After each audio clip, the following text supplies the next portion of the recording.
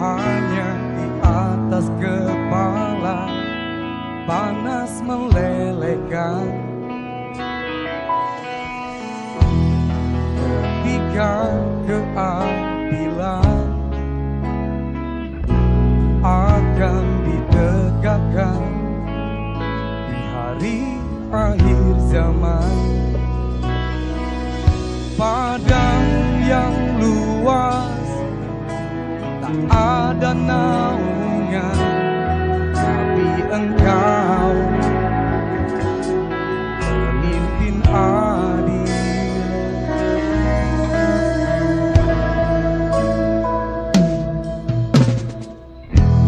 Setiap manusia adalah khalifah ke bumi ini. Engkau khalifah dari khalifah, kau dinaungi, kau dirahmati. Tapi engkau khalifah dari khalifah, kau dinaungi, kau diselamatkan. Oh, dari hari pembalasan Engkau bisa mewarnai kebaikan bagi manusia.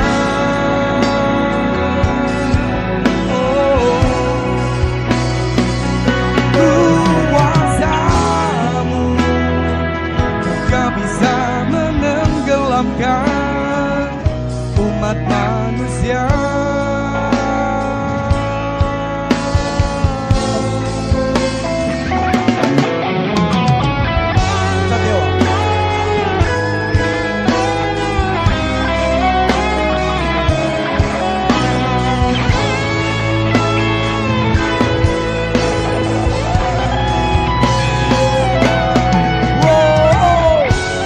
Tak ada bahteramu, tak ada penyelamat, maka adillah kau pemimpin.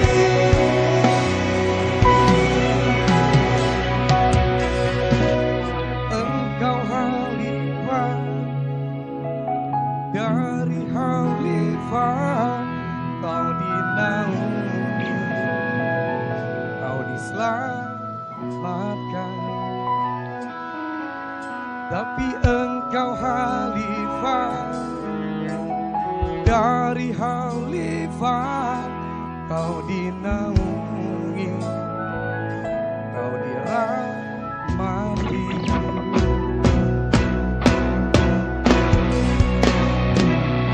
Engkau bisa.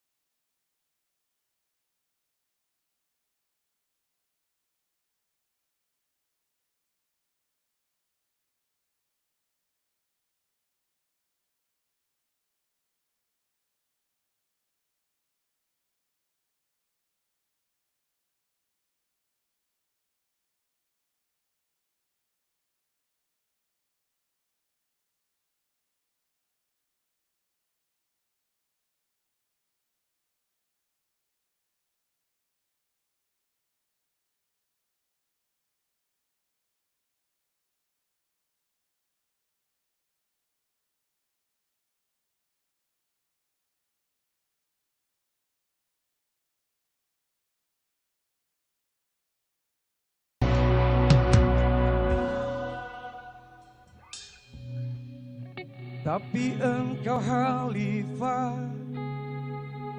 dari khalifah, kau dinaungi, kau diselamatkan.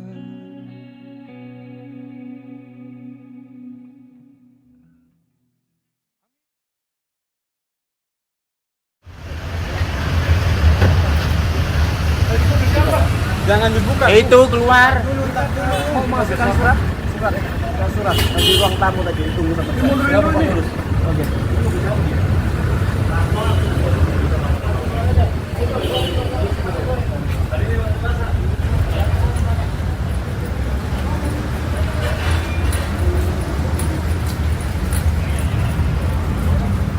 Mau buat laporan apa? Ya lain surat.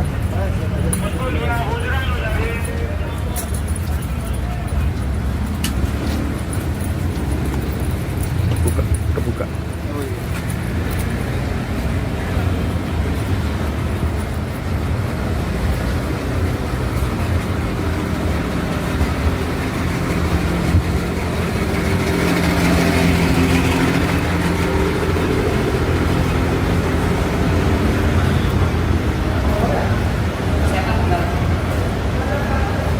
Bang Lukman di itu ruang tamu.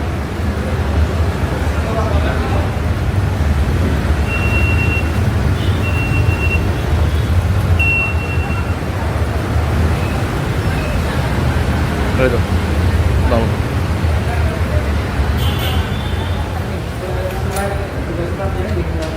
Ya, kita sama kita. Itu yang ini petisi juga diserahkan. Iya, nanti kita minta dulu ke bagian pengaduan. Minta ke bagian pengaduan. Ya. Checklist belum. Apalagi Tindakan KPU apa Pak? Tindakan KPU tidak membagikan salinan lengkap. di sebelah sini Pak. Gimana? Sebelah sini.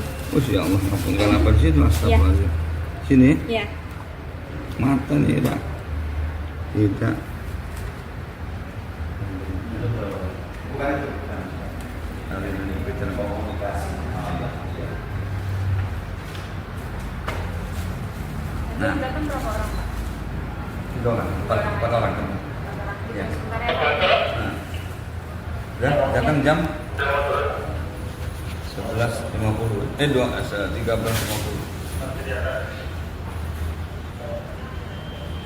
Ya. Oke ya, makasih ya. Nah. Assalamualaikum warahmatullahi wabarakatuh. Sobat RH sekalian, jumpa lagi kita di channel yang keren ini. Keren cadas. Ya, kita tidak live TikTok ya. Kelihatannya mulai di shadow ban ya. I don't know exactly sebenarnya karena agak aneh. Biasanya penontonnya 200, 300, 400, 500, 600, 700, 800 ya. Belum sampai di atas ribuan yang watching now.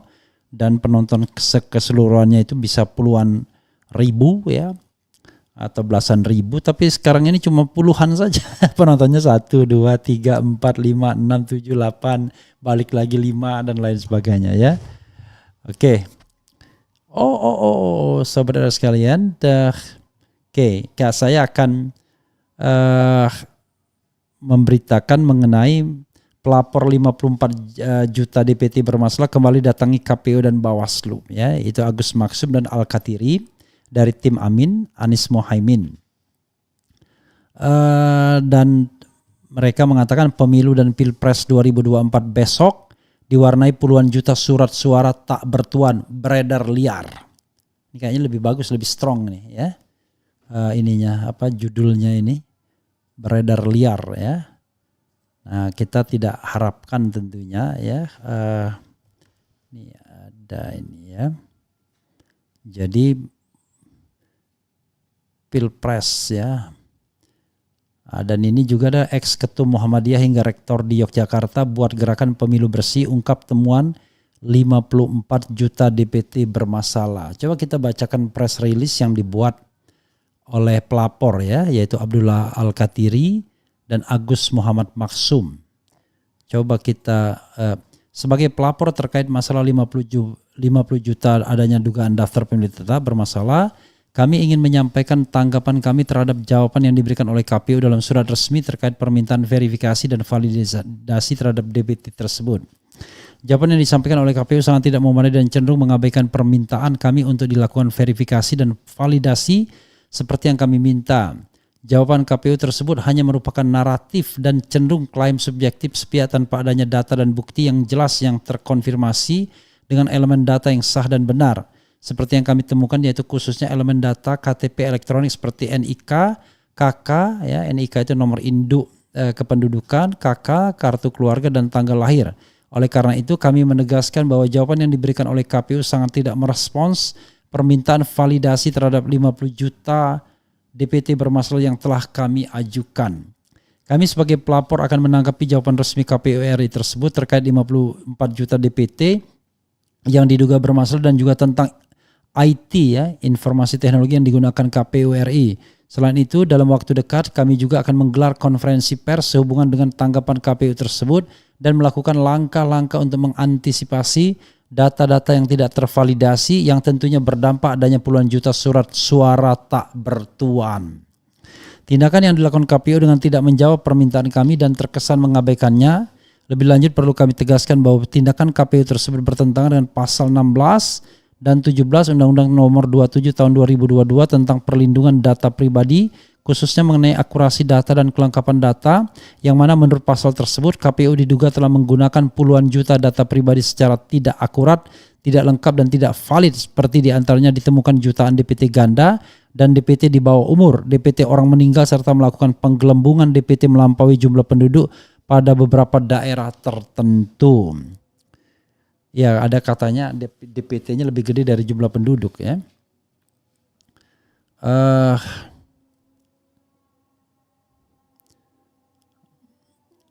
Alasan KPU dengan menggunakan Undang-Undang Perlindungan Data Pribadi dalam konteks pemilu untuk melindungi data pribadi pemilih dalam konteks ini tidak tepat karena pelaksanaan pemilu itu terdapat undang-undang yang sifatnya spesialis atau khusus yaitu Undang-Undang Pemilu.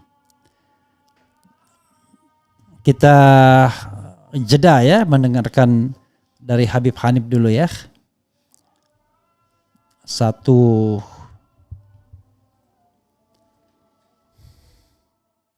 إن الله وملائكته يصلون على النبي يا أيها الذين آمنوا صلوا عليه وسلموا تسليما اللهم صل على سيدنا محمد وعلى آله وصحبه وسلم الله أكبر الله أكبر الله أكبر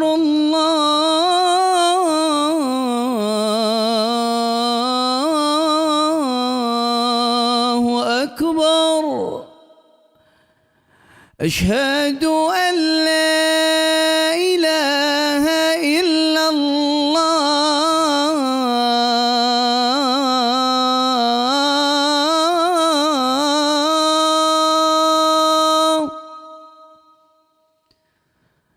أشهد أن لا إله إلا الله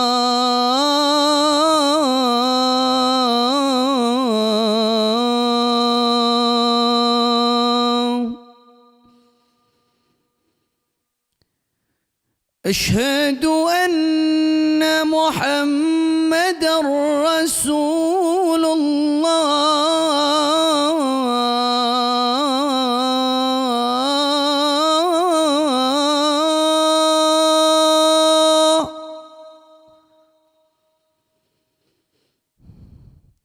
أشهد أن محمدا رسول الله فلاح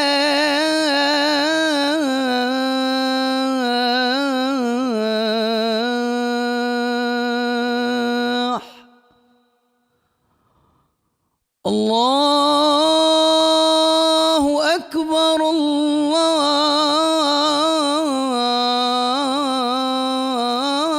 الله أكبر لا إله إلا الله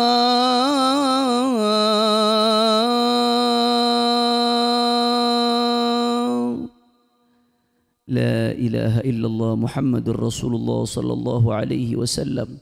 اللهم رب هذه الدعوة التامة والصلاة القائمة آت سيدنا محمدا الوسيلة والفضيلة والشرف والدرجة العالية الرفيعة وابعثه مقاما محمودا الذي وعدته إنك لا تخلف الميعاد.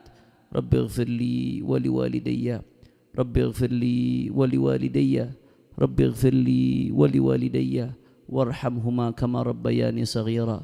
اللهم لا تحرمنا خير ما عندك لشر ما عندنا. وصلى الله على سيدنا محمد وعلى آله وصحبه وسلم والحمد لله رب العالمين.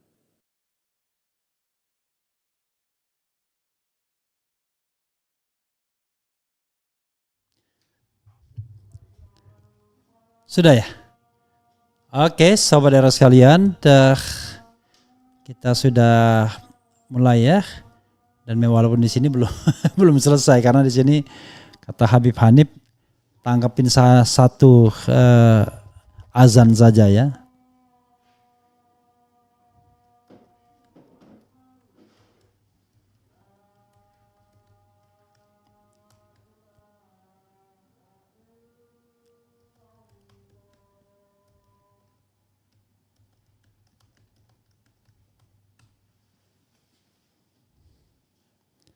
Ya, saudara sekalian,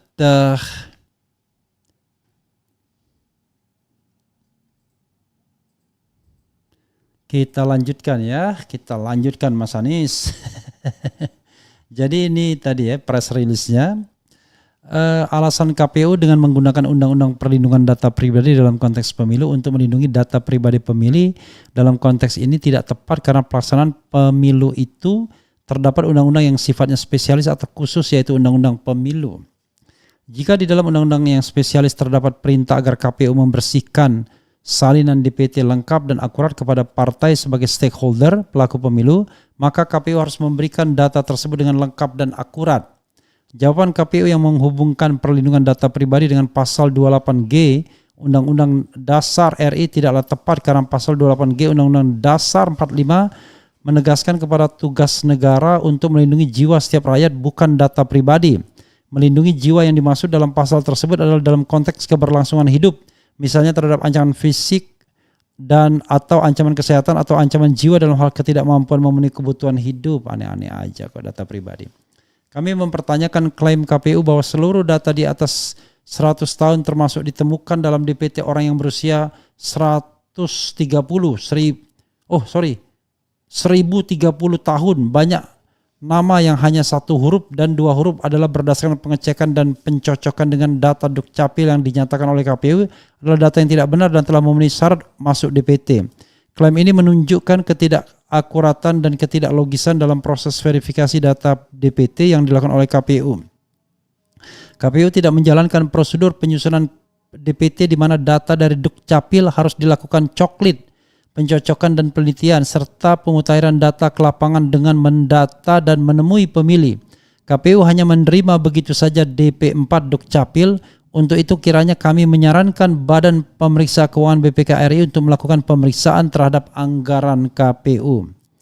Oleh karena itu kami mempertanyakan keabsahan klaim tersebut dan menegaskan bahwa tindakan KPU dalam hal ini sangat mengkhawatirkan.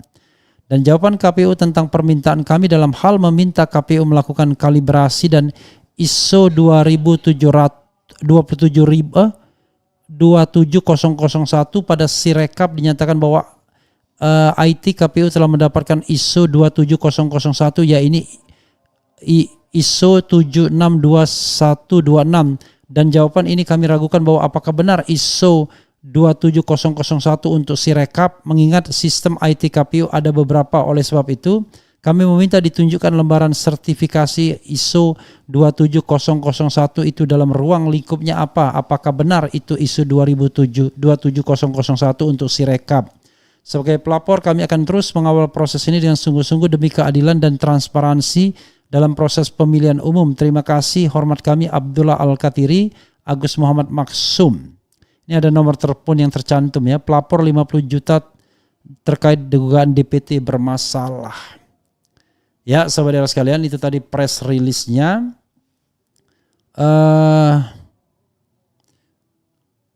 Ini press release-nya dan kemudian coba dulu kita lihat ya. Ini ada ex-ketum Muhammadiyah hingga rektor di Yogyakarta buat gerakan pemilu bersih, ungkap temuan 50 juta DPT bermasalah. Sejumlah tokoh berkumpul di Yogyakarta mendeklarasikan gerakan pemilu bersih Jumat 9 Februari 2024. Mereka merupakan kalangan akademisi dan juga tokoh organisasi kemasyarakatan seperti mantan Ketua Umum Pimpinan Pusat Muhammadiyah Din Samsudin, mantan Rektor UGM Sofyan Effendi, mantan Rektor UNY Rohmat Wahab, juga ada mantan Kepala Staf TNI Angkatan Darat Jenderal Purnawirawan Tiasno Sudarto. Dalam gerakan itu mereka salah satunya menyoroti dugaan temuan 54 juta daftar pemilih tetap DPT pemilu 2024 bermasalah yang sampai saat ini belum diatasi Komisi Pemilihan Umum. Waduh, 54 juta ini lebih dari seperempat ya, lebih dari 25%. Salah satu kendala besar dari pemilu Pilpres bersih adalah adanya dugaan daftar pemilih tetap bermasalah. Sebagaimana telah dilaporkan oleh pihak tertentu kepada KPU sekitar sebulan yang lalu, kata Din. Menurut Din, sebelum pemilu 2024 digelar sepekan lagi, KPU harus menindaklanjutinya dan mengklarifikasi soal temuan DPT bermasalah itu. Din merinci adanya dugaan 54 juta pemilih bermasalah atau sekitar 26% dari total jumlah pemilih pemilu 2024 sebanyak 204 juta pemilih. DPT bermasalah itu meliputi antara lain adanya pemilih di bawah umur, pemilih yang sudah meninggal, dan pemilih siluman yang terdaftar di 2 sampai 3 tempat pemungutan suara atau TPS. Dalam DPT bermasalah itu ada yang usianya di bawah 17 tahun, ada yang di atas 100 tahun, sekitar 13.000 nama. Kata Din menyebut data pemilih bermasalah di bawah umur itu paling banyak berusia 16 tahun. Bahkan pemilih yang belum lahir sekalipun ada, tapi ada juga yang usianya 1030 tahun imbuh dia. Ada juga pemilih yang sudah wafat, ada pemilih yang namanya 1 huruf, 2 huruf, ada juga yang tak ada nama sama sekali, Beberdin. Sedangkan DPT yang bermasalah dengan tempat tinggal, ada yang datanya tidak punya tempat tinggal, ada yang tidak ditulis tempatnya 00. Adanya dugaan DPT bermasalah kali ini bukan masalah kecil, maka jangan dianggap remeh, apalagi dianggap bukan masalah, kata Din. Akan arif bijaksana jika KPU segera mengklarifikasi dugaan adanya DPT bermasalah tersebut, walau sudah sangat mepet, namun masih ada waktu demi Pilpres yang jujur dan adil, imbuh Din. Mantan Rektor UGM Sofyan Effendi menambahkan adanya dugaan DPT bermasalah tak boleh dianggap remeh, apalagi ketika menguntungkan salah satu calon tertentu.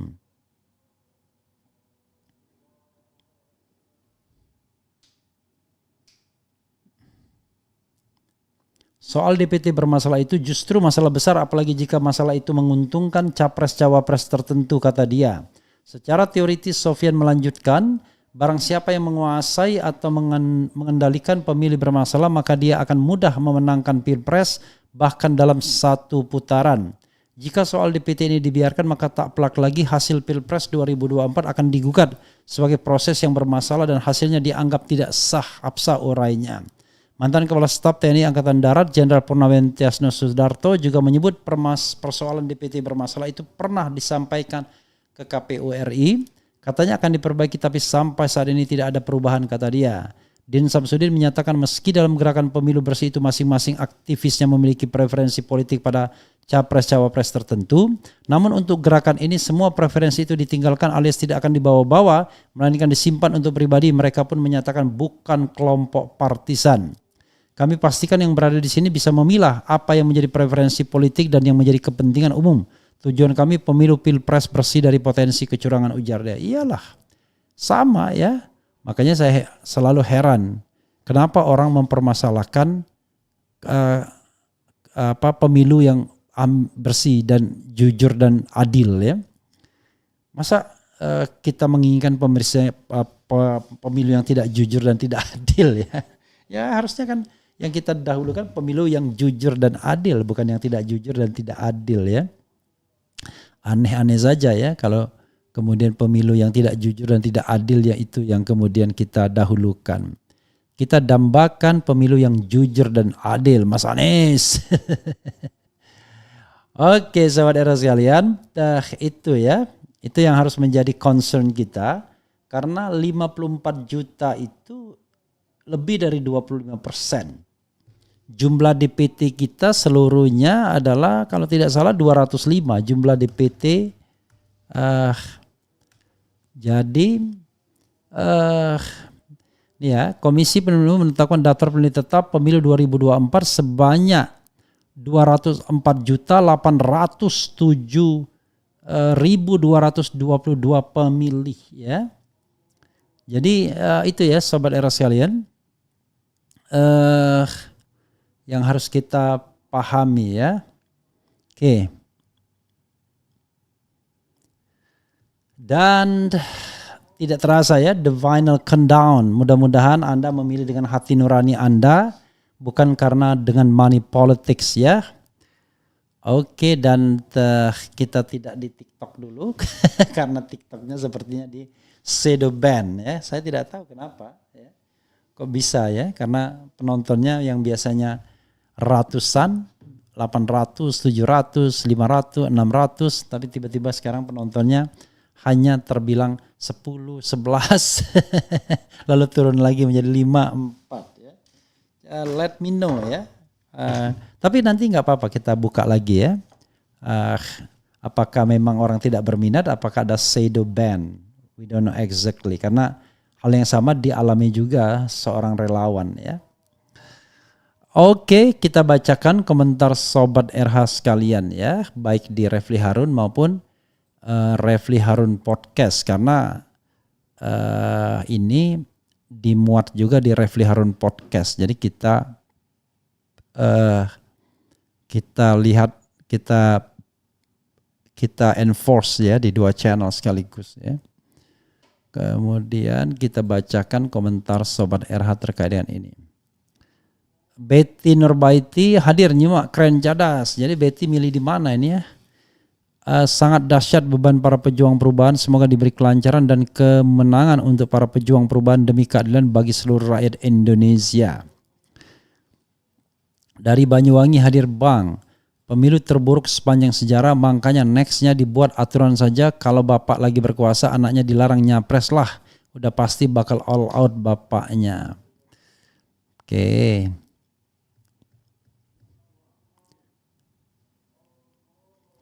Bang, film Dirty Vote hilang ya dari channel abang ini. Nggak hilang, saya private. Karena ada komplain dari, apa ya istilahnya, dari salah seorang pemeran yang mengatasnamakan tim produksi. Ya, jadi karena itu kemudian saya private dulu sampai kemudian ada kejelasan ya. Sampai ada kejelasan gitu ya. Kemudian di London banyak yang gak bisa nyoblos biarpun sudah nunggu 6 jam, katanya surat suara dah habis curang dengan berbagai cara. Kemudian Dublin Irlandia sudah mencoblos lewat kirim surat lewat kedutaan RI di London. Jadi itu yang namanya postal voting ya. Semua harus kompak satu komando, kalau curang lawan di tempat. Kita harus kompak, jangan kalah sama kezoliman. Kita bisa menang melawan penjajah, masa kalah sama rezim yang zolim. Saya agak kritis mengenai lawan di tempat. Anda kalau melawan di tempat tidak pernah Anda dokumentasikan, Anda laporkan, Anda konsolidasikan, gak ada gunanya. Ya, jangan lawan di tempat. Itu orang nggak paham tentang bagaimana manajemen konfliknya ya. Lawan di tempat iya, tapi jangan lupa komplain ke Bawaslu, kasih catatan, kasih laporan gitu, sehingga nanti itu akan menjadi bahan untuk diproses lebih lanjut dan menjadi bahan juga kalau kita sudah melaporkan kepada Bawaslu dan Bawaslu tidak menindaklanjutinya secara adequate misalnya. Karena gini, kecurangan-kecurangan pada masa pencoblosan itu sulit biasanya dikendalikan. Ya, laporan banyak, kemampuan untuk mengungkap itu sedikit. Karena itu tahu betul yang mereka yang berbuat curang itu nggak mungkin bisa diungkap. Jadi kita melawan di tempat, nggak ada gunanya melawan di tempat itu. Ya kan? Tidak ada gunanya melawan di tempat kalau seandainya kita tidak mencatatkan keberatan kita apa. Ya mungkin ya kita cuma bikin ribut nanti dianggap kan, lalu diamankan oleh petugas keamanan. Nah malah kita nggak bisa komplain. Jadi komplain itu harus benar-benar dengan teknik tertentu ya. Kita potret, lalu sampaikan potret itu kemana ya, ke pihak yang berkepentingan. Kalau Anda tim 01 sampaikan ke Timnas atau misalnya tim daerah. Jadi biar nanti terkonsolidasi itu. Saya nggak yakin ya kita bisa mengkonsolidasikan kecurangan-kecurangan itu. Itu yang paling penting. Kalau tidak terkonsolidasi mana bisa kita bilang. Akhirnya kita sangat kualitatif sifatnya. Kalau kualitatif dan tidak ada datanya, nanti akan dibilang itu kan perasaan kita saja ya.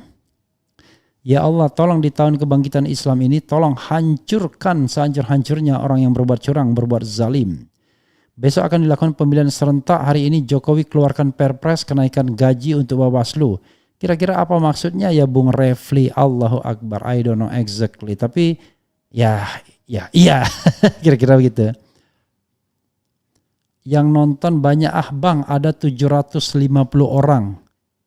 Oh enggak, maksud saya di TikTok, bukan di YouTube ya, di TikTok. Kalau di YouTube, insya Allah karena algoritmanya sudah baik, tapi di TikTok ya. Di TikTok bukan di YouTube. Kemudian insya Allah keluarga besar saya pilih 01, gas terus, Parung Bogor pilih Anies Mohaimin. Di desa sebelah sekarang nggak ada yang mendapatkan undangan besok. Jadi undangan itu bukan alat yang sah ya. Jadi tanpa undangan pun kalau Anda sudah tercantum dalam DPT, boleh nyoblos. Tapi kalau Anda memegang KTP setempat dan tidak tercantum dalam DPT, boleh nyoblos juga dengan menunjukkan KTP, paspor atau KK, tetapi nyoblosnya setelah pukul 12. Jadi 12 sampai pukul 1 ya nyoblosnya. Dan itu pun kalau ada surat suara, rasanya nggak mungkin nggak ada. Kabarnya pemeran film Dirty Vote mau dilaporkan ke polisi yang bang. Sudah ya. Itulah yang gak doyannya kita. Lopar. Lama-lama negara ini negara pelapor ya. Bagaimana kita mau berdemokrasi ya. Mereka ini membuat itu kan karena mereka cinta kepada tanah airnya. Ingin pemilu damai. Pemilu yang jujur dan adil. Ya. Bukan pemilu abal-abal tentunya. Oke, sobat era sekalian, itu saja ya. Mudah-mudahan ini bermanfaat bagi kita. Nanti kita update lagi soal Koni Rahakundini yang sudah menabuh genderang perang dengan Rosan Roslani ya dari tim 02. Banyak gosipnya ya. You ask war ya. This is my declaration kata Koni Rahakundini Bakri. Kita nanti akan bahas ya. Wassalamualaikum warahmatullahi wabarakatuh. Keren, cadas. Ciao.